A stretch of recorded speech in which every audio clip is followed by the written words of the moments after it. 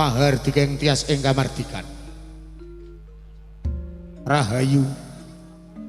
Rahayu ingkang samya pinanggih. Nugroho miwah seh wilasaning Gusti, mugi tansah kasarira dumateng kita sami. Ngatuli sugeng dalu. Sarta sugeng pepanggihan kalian kula warga ageng. Sandiwara Ketoprak Wahyu Manggala ingkang dipun pimpin panjenenganipun Bapak Mogol kanthi alamat Desa Tanjung Sari, Kecamatan Jakenan, Kabupaten Pati Bumi, Minatani.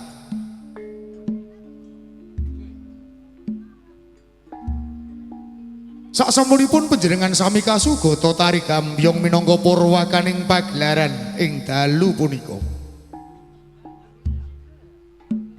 Keparenga ing dalu menika kula warga ageng Wahyu Manggala badhe nyegahaken cariyos pamundutan ingkang mawi ira-iraan munding kusuma ngratu dumawa perangan Sentanu Popo.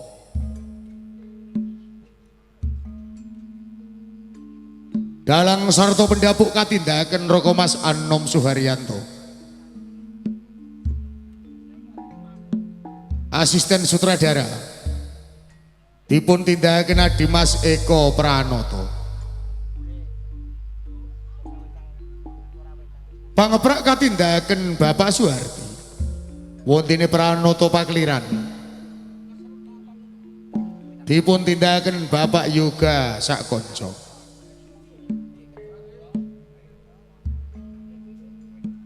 Dekorasi dipun tindakan Bapak Sutarto ingkang dipun biyantu Adimas Didi.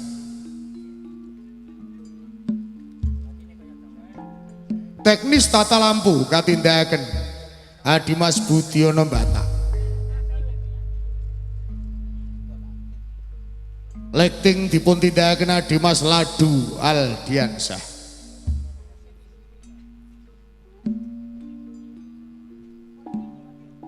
Binarung nglinggahi gongso madularas ingkang dipun pimpin Bapak Keman Widodo. Kanthi pangliing Swarawati utawi pesinden. Dipun tindakan Ibu Sri Murtiningsih saha Ibu Supariana.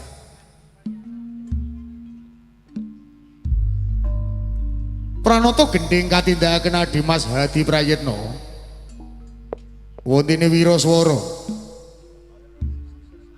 dipun tindakan Bapak Miranda saha Dimas Bagus Edi Mahesa.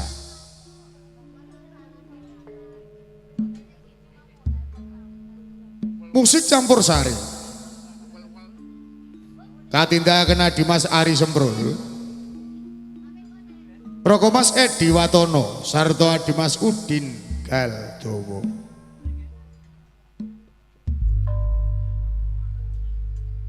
Pagelaran Sandiwara Ketoprak Wahyu Manggala dipun sengkuyung WM Audio ingkang dipun pangarsani Roko Mas Gendong Kawa.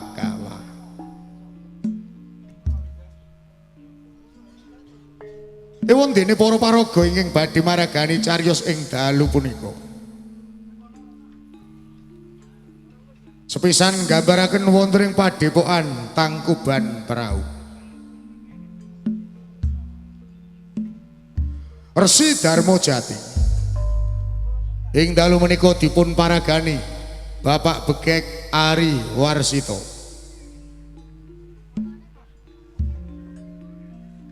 Raden Sancoko katindakan Roko Mas Andi Prastyo.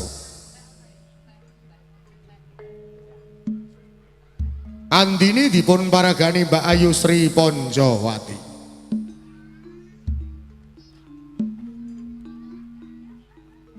Atekan salajengipun gambaraken wonten ing Kadipaten Purbalingga.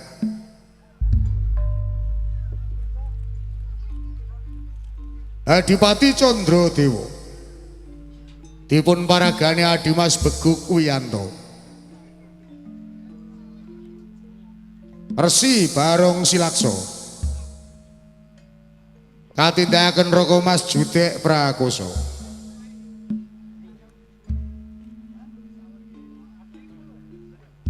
Galuhwati dipun paragani Mas Lilis Listiowati. Iwontini para prajurit larameaken para seniman bagus Wahyu Manggolo.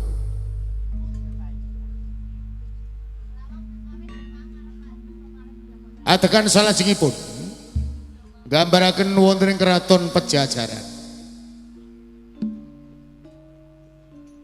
Prabu Munding Wangi dipun paragani Roko Mas Anom Suharyanto. Patih Mertoyuda katindakan Bapak Ambeh Wahono. Pangeran Munding Kusumo dipun paragani Adimas Eko Pranoto. Wondene Retno Arum katindakan Mas Diah Maharani.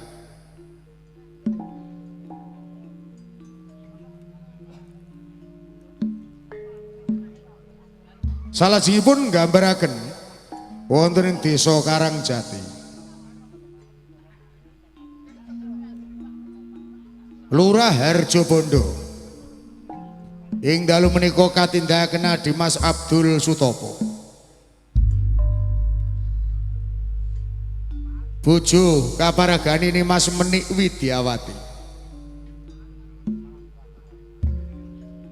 Pak Wiryo dipun tindakan Adimas Bagus Suyanto. Iwontene Sentanu kaparagani Adimas Abi Rojali.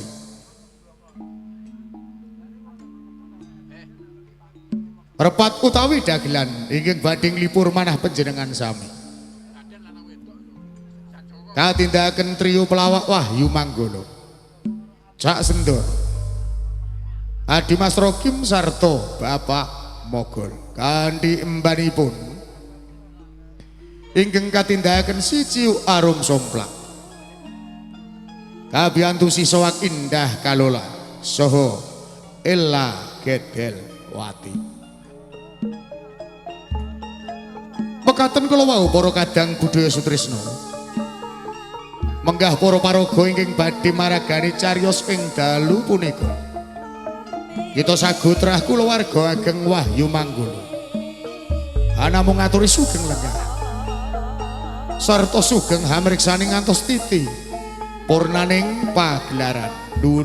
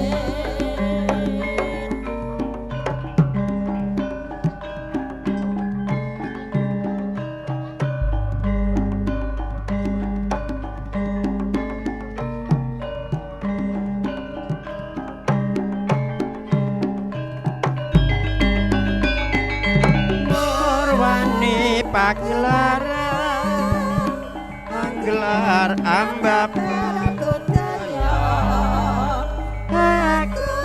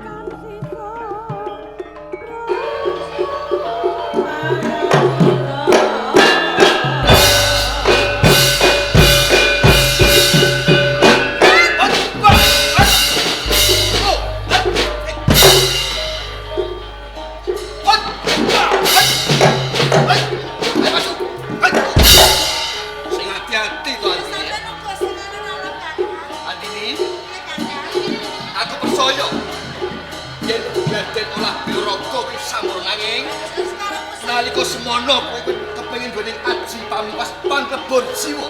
Coba kanggo mbuktekake. Kae ana wit kang gedhe. Yen rumah sawangan ya, Kakang.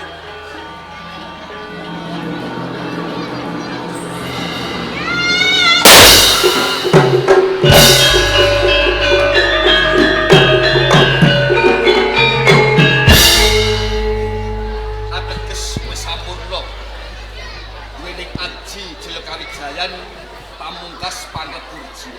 Ya kaya ngono kuwi sing tak karepake. Kakang, kabeh mau yen ora ono sampeyan gak kira uga ora bisa. Duweni aji pamungkas kuwi mau. Senajan to kabeh sing glewendah aku. Nanging kalamun kowe ora kok ngelengake anggonmu sinau, ora bakal bisa sampurna. Bareng bisa sampurna, seneng rasane atiku. Aku uga seneng kok Kakang kabeh mau. Aku saiki dina wis duweni aji pamungkas sing ana wong lanang sing bodho marang aku. Aku bisa ngrantasi gawe ku mau. Mula kanthi kuwi yen bisa ora ketan derajatmu wadon. Aja diremehke dening priya, ya. Oh, kaya ngono. Kalamun ana wong lanang sing ganggu marang kowe, kowe bisa jaga diri. Kabeh pawelengi sampeyan mau tansah tak eling-eling Kakang. Nanging Kakang, Nanging piye Andini? sawise aku karo sampeyan wis prampungan kene iki Glade. Iya, Ing kene aku duwe rasa kangen karo sampeyan. kangen.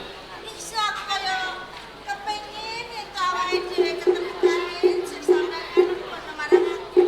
Aku uga cedak karo sampeyan saben dina tansah. Tak isa. Andini, sing ngrasakake kangen kuwi ora mung cukup kowe dhewe. Aku uga ngrasakake mergo gedhe rasa tresnaku marang kowe. Ora weruh sedina wae. Kowe pindhane kok setahun. Ya ampun tenan sekali kandhane sampeyan. Apa isih ora percaya karo kandhaku sing kaya ngono? Sekarang apa ya Pak? Aku memaksa jasa protes. Sampeyan yang salah satu cilik mati. Ning kantor penjajahan. Ning kono akeh wong wadon lan ayu-ayu. Yen kok sampeyan jelas marang aku sing tak waranani. Pancen kalamun diukur pancen ora timbang. Sapa Raden Sancaka ya? Putra Patih ing Pajajaran. Sapa andi wong sak endang. Aku terasa wedi. Ing tresna kuwi ora kena diukur derajat lan pangkat bondo lan donya. Mung ati loro manunggal dadi sawiji. Iki tenan. Matur nuwun ya Kakang. Sapa manis kaya sira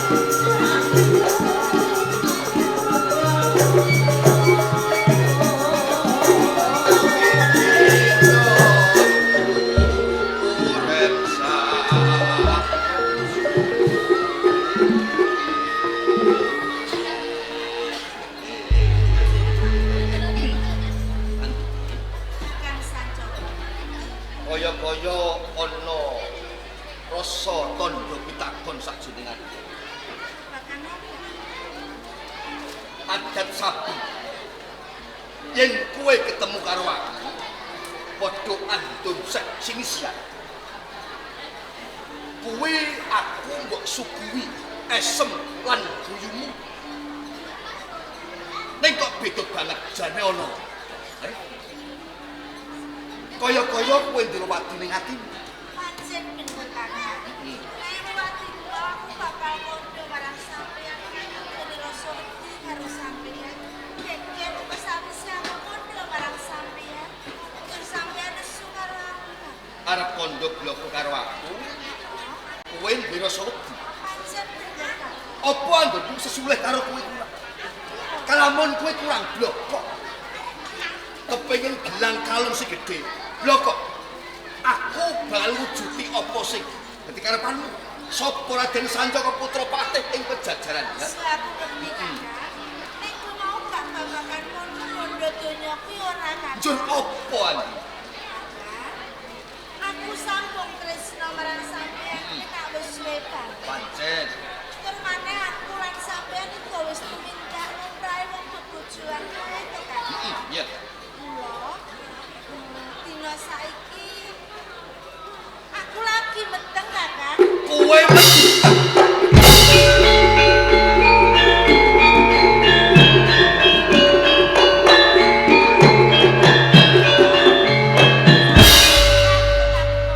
aja gocek. Kowe aja gocek Andi. Gojek Pancen bareng kowe kondo bloko nang aku. Kalamun sambung aku tresna marang kowe. Kowe ngandhakake yen meteng. Ki aku kaget. tenan kok kakang aku ragu yen karo sampeyan. Nyatane dina iki aku lagi wae meteng kakang. Tenang, Iya. ora gojek. Ora kakang wis rong wulan iki lho kakang. Wis rong sasi. Iso. Iki tembung upama. Apa Iya. piye kakang? Tembung upama kena bali. Iso. Siponan bayi sing mbok kandhut, Heeh. gitu. Gugurke, Pak. Piye to kakang sampeyan kuwi? Iki titismu lho Aku kakang. ngerti yen kuwi titisku. Lah yen to ngerti yo gini ya sampeyan ngomong gugurke bae ponan jabang bayi iki kakang. Apa sebabnya kok nganti aku kondo sing kaya ngono? Iso. Kowe dhewe kudu ngerti Andini. Aku lan kowe ana ing tangkuban prau. Kuwi nerak tunggal ana ing padepokan tangkuban prau.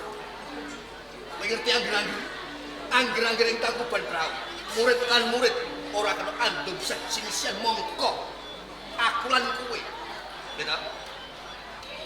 Ora bisa njaga asmaning guru. Nangis paling ngorek-ngorek asmaning guru. Perkara iki wajib bebayani. Nanging kakang, kabeh mau wis tumindak aku lan sampeyan.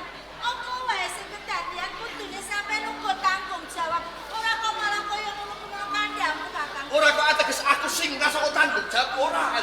Lah yen to ora srikar ngopo sampeyan ngomong gugurke ponan jabang bayi iki. Aku wedi yen perkara iki diketahi dening guru.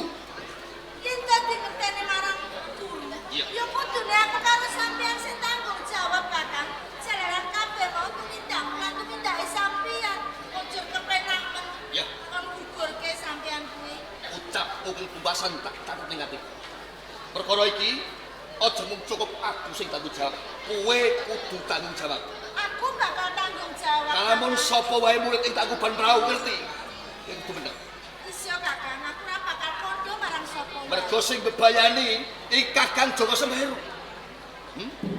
Iso kakang Joko Semeru ngono atine mesti wae kena tindak. Ora ketan Kakang Joko Semeru wektu dina iki. Lagi ana kawigaten mula murid liyane sing bebayani. Ya mesti wae awake dhewe kudu hati-hati karo murid-murid kabeh kuwi mau. Tenan. Iso kakang. Tenan ya. Iya. Matur nuwun.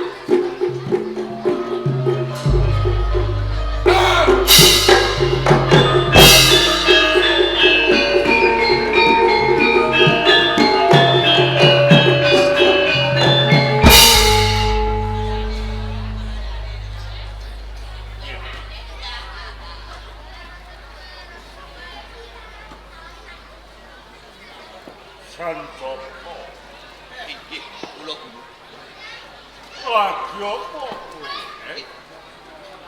Lebih kemawon kula mituhu dawuhipun guru mari kedah kula wentah dumateng Andini. Lawan Nggih, Raden, nggih. oleh kanuragan oleh kilo. Menika leres kula tansah ngesti dawuhipun guru.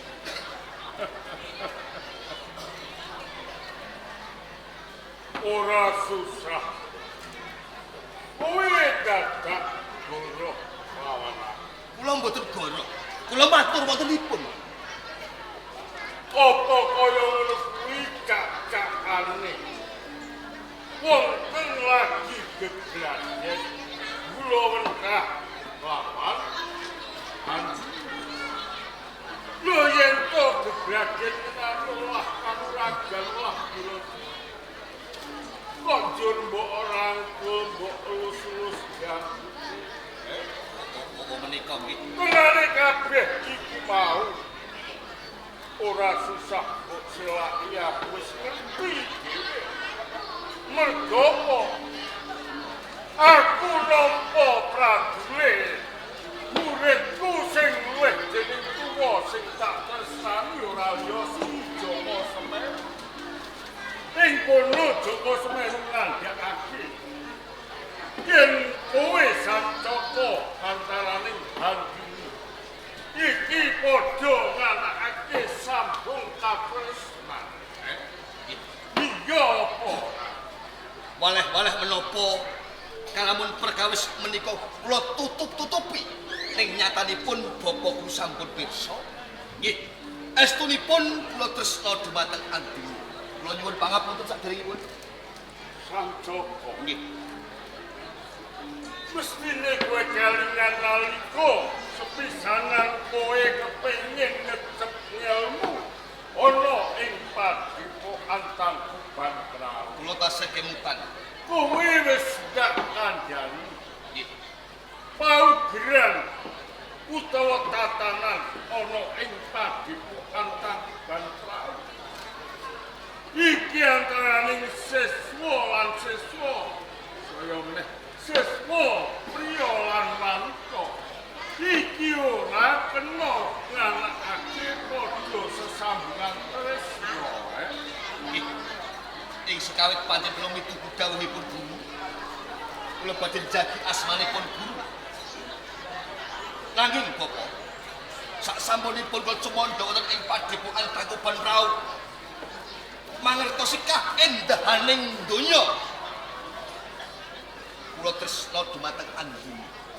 Mila, mila. Kula nyuwun kanthi sanget dumateng Bapak Guru. Kula nyuwun lilah Andini badhe kula pek bojo. Asep bermudung lawan Santo saurarane sira iki putrane Yagung Luhur panguwasa penangka loro ing Pejajaran. Sira putrane Palu sing kudune kena kanggo tepa patragane kabeh para siswa ing Tangkuban Perahu. Ora njur tumindakmu tinggasmu. Yen ora aku bisa duduk ing pawukon. Gunmu ngangsu kawruh ing Tangkuban Perahu. Iki bebasan mbok nggo pawatan. Sing tengane kowe iki ning Tangkuban Perahu ki ado bagus. Kowe kepengin mamiluto lawan kabeh para wanita minangka murid ana ing Tangkuban Perahu. Apa kaya ngono? Boten, boten. Boten, Bu. Kula boten adol bagus adol gendut. Senajan Raden Sancaka menika putrane Rama Patih Mertayuda wonten ing Pejaten nanging ing pamrih pancen kula ngangsu ilmu nanging sareng kula cumandha wonten ing Tangkuban Perahu mangertosi dumateng Andini. Jun tresna. kula nyuwun pangapunten. Sanjoko, yen kowe iki sawijining satriya kang jujur tumindak, monggo yen kowe arep seneng karo anakku siang, ning kudune luwih dhisik nembung lawan wong tuane, ora njur-njurmu sesambungan tresno iki kanthi cara gegemitan, kaya-kaya ningkul marang aku. Mula saka kuwi Sanjoko mumpung kabeh iki durung dingerteni marang siswa-siswa ingkang dipantrau. Iki dina kowe kudu pisah nggonmu sambungan tresna lawan Andi. Dipun Kudu pisah aja nganti mbok bathuk. oh ngaten nggih. Nggih. Nggih. Kalamun kula paling kedah pisah kalih Andini. Niki dadi arep kula, nggih. Karena panjenengan Andini aja dadi atimu. Sabdaning guru, aku kudu pisah karo kowe. Ora kok ateges aku singgal ing janji. Kurang suku tanggung jawab ora. Sampai aja bisa kena Kabeh mau aku nuruti apa sing dadi karo wong tua.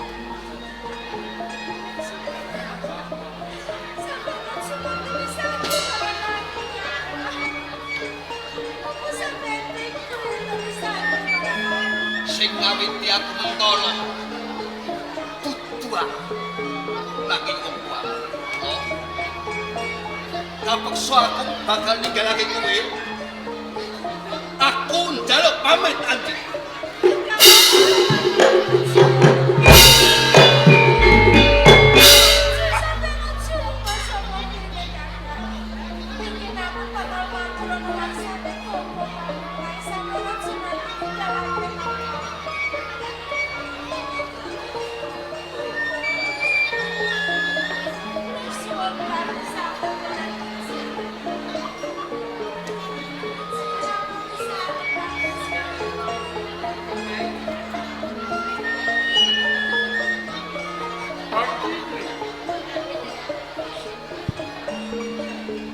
Semule kowe tak ngomong misahake nggonmu sesambungan tresna lawan Andi. Sajak apa jroning ati nanging iki ana makna apa kowe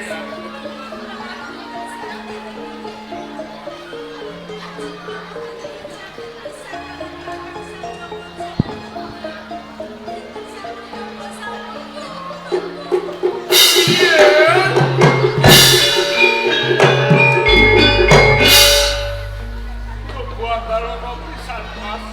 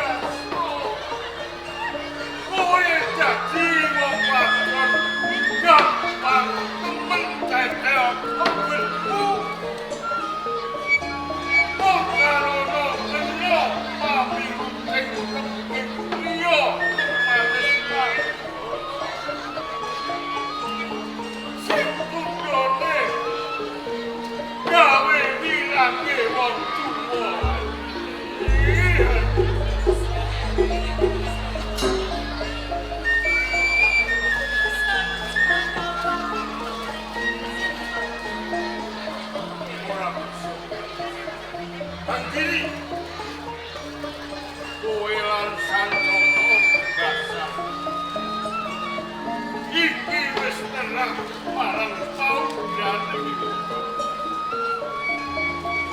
wis luput lan kasut tindak kula harto kowe anak aku ora siji gauke kowe lawan santo Menapa guru boten saestes dumateng wayahipun kula nyuwun ilaipun ugi paling jelas Endi aku bisa ngakoni yen orang jabat sing kanthi kene ati. Mergo kowe lawan ati iki durung sah durung takon kula ngertos menawi kula lan Antini kene saresmi dados bojo kula katipun pun matur panjenengan paling restu wanging persetujuan kalian Antini cukup. Kok kabeh iki wis ora ana pangapura kowe sakoron ati lan sanjo. Lan kowe wis wani gawe ono ing pati antang panah. Lho, wiwit dina iki go sira kudu minggat saka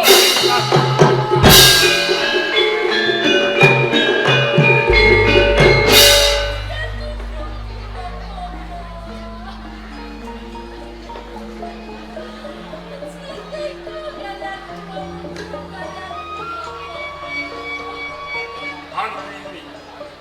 Ya. Senajan kowe iki daging kulit kowe titis. Mergo saka kuwi gak bakal yen iki kok antang di papan suci. Ewon dhewe kok arep gede. Mergo saka kuwi gak lawan santo. Ini yen kowe durung ngerti gak wene ngerti santo. Wis dadi paugeran ana ing gunung Tangkuban Perahu. Yen ing gunung Tangkuban Perahu iki digawe selingkuh antarané wong lanang lan wadon. Iki durung dadi bojone kok nganti wani tumindak zina. Ora urung ing tembene gunung Tangkuban Perahu iki bakal mledhok.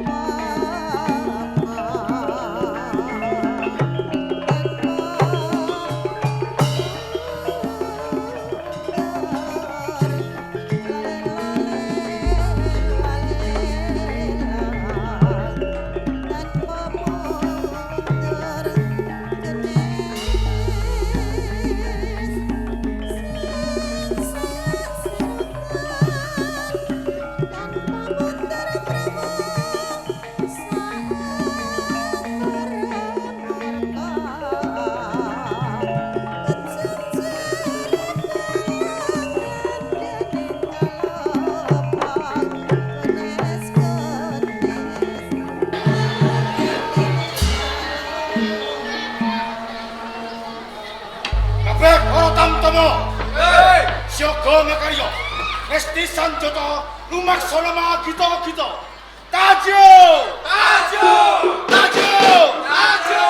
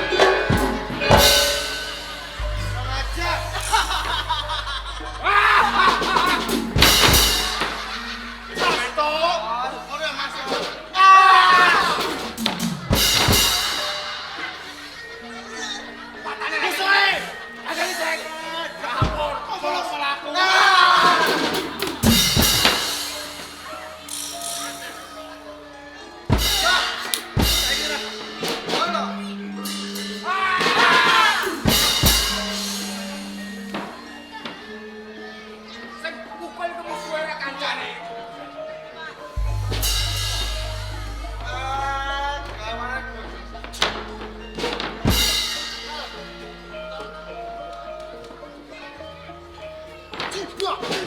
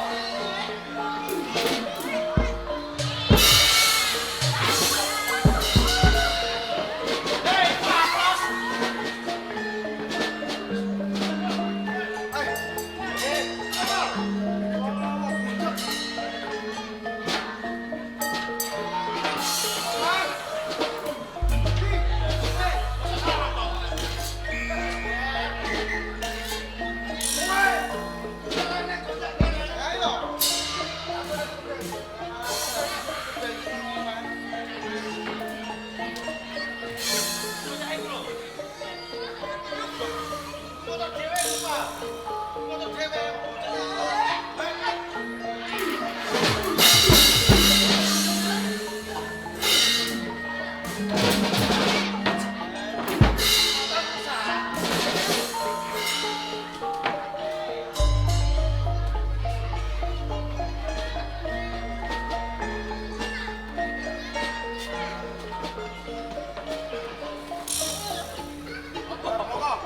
Apa?